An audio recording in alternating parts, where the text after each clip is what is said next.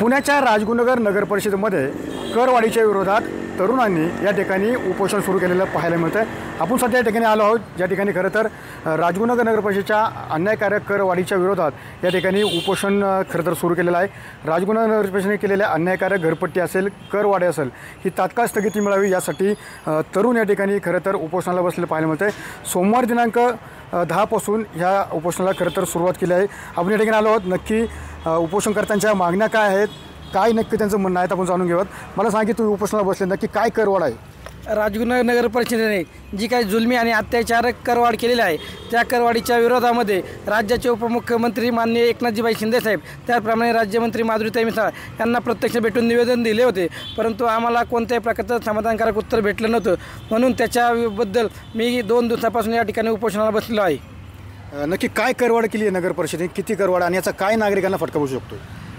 मोठ्या प्रमाणावर करवाढ म्हणजे की ज्याप्रमाणे चाकणला तुम्ही करवाढीला स्थगिती दिलेली आहे, आमचा प्रथमचा विषय तोच आहे। चाकणच्या धर्तीवर या ठिकाणी राजगुरुनगरला स्थगिती देण्यात आली आणि अतिशय मोठ्या प्रमाणात जुलमी करवाढ केलेली आहे की त्याच्यामध्ये सर्वसामान्यांना अतिशय परवडणारं कोणत्याही प्रकारे माणसांनी जगावं का नाही जगावं असा मोठा प्रश्न पडलेला आहे। इंग्रजांच्या राजवटीसुद्धा एवढी जुलमी आणि अत्याचाराची अन्यायकारक करवाढ होती, इतकी प्रचंड अशी मोठ्या प्रमाणावर करवाढ लादलेली आहे।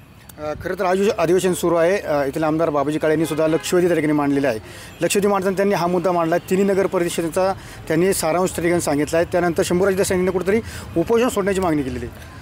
प्रथमतः खेड तालुक्याचे लोकप्रिय आमदार माननीय श्री बाबाजी काळे यांनी आमच्या उपोषणाची दखल घेऊन विधानसभेमध्ये तारांकित प्रश्न लक्षवेधी मांडली। प्रथमतः मी गावाच्या वतीने त्यांचं मनापासून अभिनंदन करतो, परंतु त्यांनी प्रश्न मांडला आणि मंत्री महोदयांनी अहवाल मागवलेला आहे। परंतु आमचं गावच्या वतीने असं त्यांना विनंती आहे की जोपर्यंत आम्हाला कोणत्याही प्रकारचं करवाढीला स्थगिती मिळावी असं लेखी आश्वासन भेटत नाही तोपर्यंत आम्ही उपोषणावरती ठाम आहोत।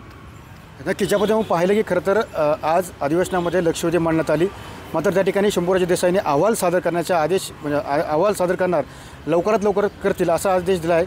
मात्र एकंदरीत त्यांनीसुद्धा बाबाजी काळे यांना या ठिकाणी उपोषणकर्त्यांना थांबण्याची त्या ठिकाणी सांगितलं आहे। मात्र एकंदरीत जोपर्यंत लेखी उत्तर मिळत नाही, आश्वासन दिलं जात नाही, तोपर्यंत आम्ही उपोषणावरती ठाम राहणार अशीच भावना या ठिकाणी उपोषणकर्त्यांनी केलेली आपल्याला पाहायला मिळत आहे। सुनील जगळे, TV9 मराठी, राजगुरुनगर, पुणे।